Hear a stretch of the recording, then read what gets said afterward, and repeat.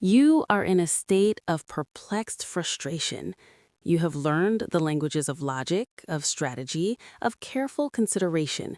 You believe you are applying these principles in good faith.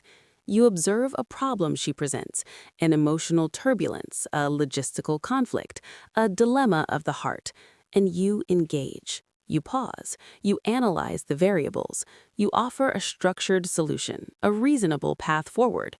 You present it calmly, believing this is the pinnacle of responsible communication, and you are met not with gratitude, but with ice or with fire, a dismissive wave, a sharp, wounded silence, or an eruption of anger that seems to come from a place you cannot map. The angrier she gets, the more calmly and rationally you respond, deepening the chasm. You are left with the silent, corrosive question, what did I do wrong? I was only trying to help. This is the modern condition of the thoughtful man. You are operating from a rule book that has been torn up. You are speaking a language that is being heard as a foreign dialect, or worse, as an insult. The pain is getting worse because you are told constantly by the cultural narrative that your mode of thinking, detached, systematic, solution-oriented, is obsolete, that it is a pathology to be unlearned. You are told to be more empathetic, more vulnerable, more emotionally fluent. And when you try, clumsily, to bridge that gap with the very tools of your intellect, to think your way into empathy, you are often rebuked for that too. You're damned if you do and damned if you don't. This is not a failure of your character. It is a collision of archetypes. It is a fundamental mismatch of biological operating systems playing out on the broken stage of the 21st century. In this video, we will dissect the why. We will move past the superficial accusations of toxic masculinity or emotional illiteracy and descend to the bedrock, to the ancient, often brutal truths that our polite society desperately tries to wallpaper over. Let us begin by stripping away the romance, strip away the notion of the purely rational male and the purely emotional female. This is a childish caricature. We must look deeper, to the biological imperative, to the wiring laid down over hundreds of thousands of years on the savanna, in the cave, in the tribe. For the ancestral woman, the primary existential terror was not a direct physical confrontation with a mammoth. It was resource scarcity. It was vulnerability during pregnancy and child-rearing. It was the catastrophic cost of a poor alliance. Her survival and the survival of her offspring depended on a hyper-aware, continuous assessment of two profound, interlinked variables: the security of her social bonds and the competency of her protector-provider. Now, engage your logical mind. What is the greatest threat to a social bond? Indifference, apathy, a lack of engagement. To be ignored by the tribe was a death sentence. Therefore, her perceptual apparatus evolved to be exquisitely sensitive to signals of withdrawal, of detachment, of waning investment. Enter the thoughtful man.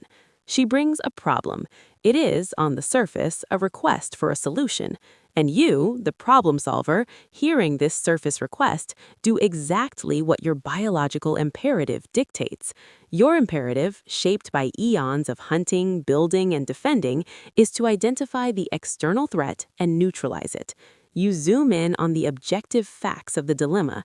You enter a state of focused, calm detachment, the state necessary to aim a spear, to track a herd, to plot a course.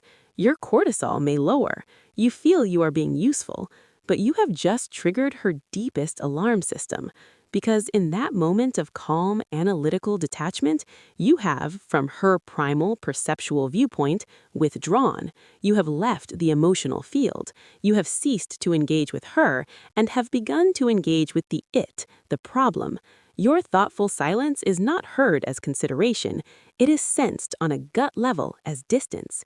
Your logical solution, however perfect, is perceived as a replacement for emotional resonance. You have communicated, through your actions, the problem is more interesting than your experience of the problem. You are not solving for the variable she is most acutely monitoring, the strength and security of the bond. In fact, your solution can feel like a negation of her emotional reality. It says, your distress is merely a technical glitch to be fixed, not a shared experience to be navigated. You have, in trying to be her engineer, failed to be her ally. And the anger that follows? It is not an anger at your solution. It is a test. It is a primal, furious attempt to shatter that detached calm, to see if your engagement with her can be provoked, if your investment in the bond is strong enough to withstand the heat of her distress. If you retreat further into logic under fire, you have failed the test. You have confirmed the worst fear, that in a crisis, you will leave the emotional tribe. This is the raw, unvarnished substrate beneath the interaction. It is not about thoughtfulness being wrong. It is about a catastrophic misunderstanding of the battlefield. You are fighting a tiger while she is signaling a flood. So we have this ancient, brutal wiring, a hypersensitivity to social cohesion pitted against a drive for detached problem solving. For most of human history, this tension had a container, the tribe. Clear roles, immediate consequences, shared tangible purpose. The feedback was direct, and the stakes were survival. But now, we have thrown these two archetypes into the labyrinth of the modern world, a world designed to exploit, distort, and weaponize these very instincts. First, the demolition of context. She no longer exists in a tribe of 50 where your competence as a provider-protector was demonstrated daily by the meat you brought back, the shelter you built, the respect you commanded from other men. Your competence is now abstract. It is your job title, your LinkedIn profile, your perceived potential. It is a digital ghost.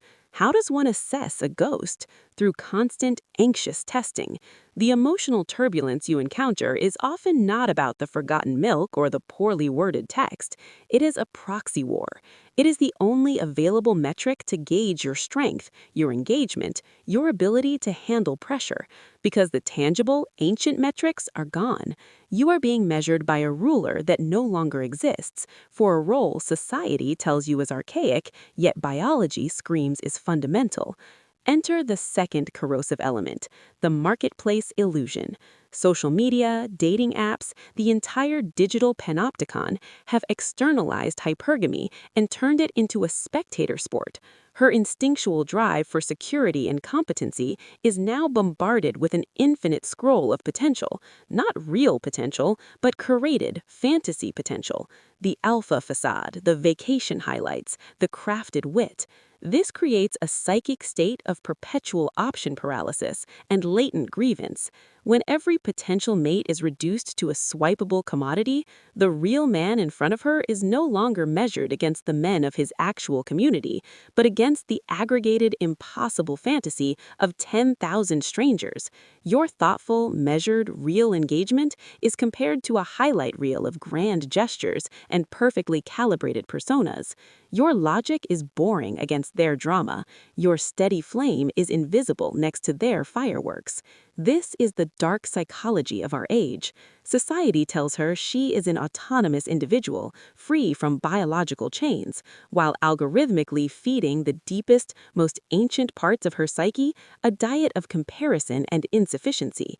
And you, the thoughtful man, is trying to fix a leaking pipe in her reality, while she is drowning in a sea of phantom alternatives and unarticulated instinctual disappointments with a world that has no use for genuine grounded masculinity. Your logic is a life raft she cannot trust, because the very water she swims in tells her a yacht might be just one more swipe away. The anger, then, is frequently a displaced rage against the modern condition itself. You are simply the nearest, safest representative of a world that has made a profound promise of autonomy, of choice, of emotional fulfillment, and delivered only fragmentation, anxiety, and isolation. You are the face of a contract nobody signed, but everyone is forced to live under. So here is the dark truth, the red pill you must swallow. Her anger at your thoughtfulness is rarely about the content of your character. It is a symptom of a deeper systemic dislocation.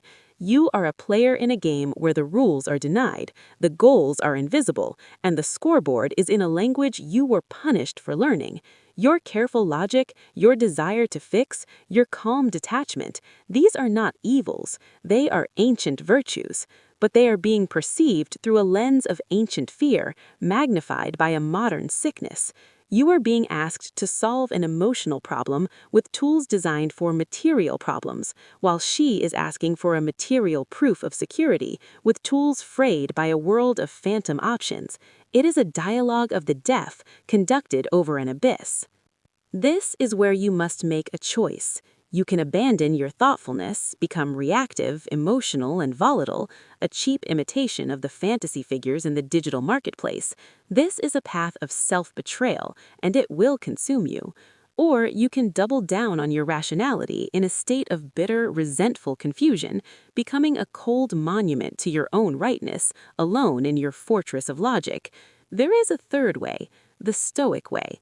First, you must reframe the battlefield. Understand that when the emotional wave hits, your primary task is not to solve the problem being presented. Your primary task is to demonstrate unwavering engagement. This does not mean capitulation. It means listening. Not to diagnose, but to comprehend the emotional state. Say, "That sounds incredibly frustrating," before you say, "Here's what we should do." You are not agreeing with a falsehood, you are acknowledging a reality, her subjective reality. You are signaling to that ancient alarm system, "I am still here, inside the tribe. I have not withdrawn." Second, you must discern the signal from the noise. Is this anger a test of the bond, a response to genuine injustice, or a displaced fury at the chaos of modernity? Your thoughtfulness must be turned inward first. Apply your logic to the meta problem. Ask yourself, what is actually being sought here? Is it a solution or is it recognition? Do not be a puppet to every emotional gust, but do not be a stone unmoved by the storm.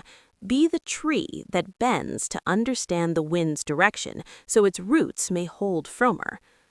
Finally, and most crucially, you must become unmovable in your purpose. Your thoughtfulness is a strength, but it must be in service to an aim that is yours. Your purpose, your career, your art, your philosophy, your physical sovereignty, that is your rock. You do not derive your worth from her emotional state. You derive it from your competence in the real world. A man who is anchored in his own purpose is not easily thrown into confusion by another's anger. He can afford to be compassionate because he is not desperate for approval. He can listen without collapsing because his foundation is not her mood, but his action in the world. Her anger is not your command. It is her weather. You cannot control the weather. You can only build a sound shelter, learn to read the clouds, and decide when it is wise to stand outside and when it is necessary to remain unshaken within your own walls. The modern world is a desert that craves water but despises the well. Do not apologize for being the well. Simply ensure your waters are deep, clean, and drawn from a source that cannot be poisoned by the shifting sands above.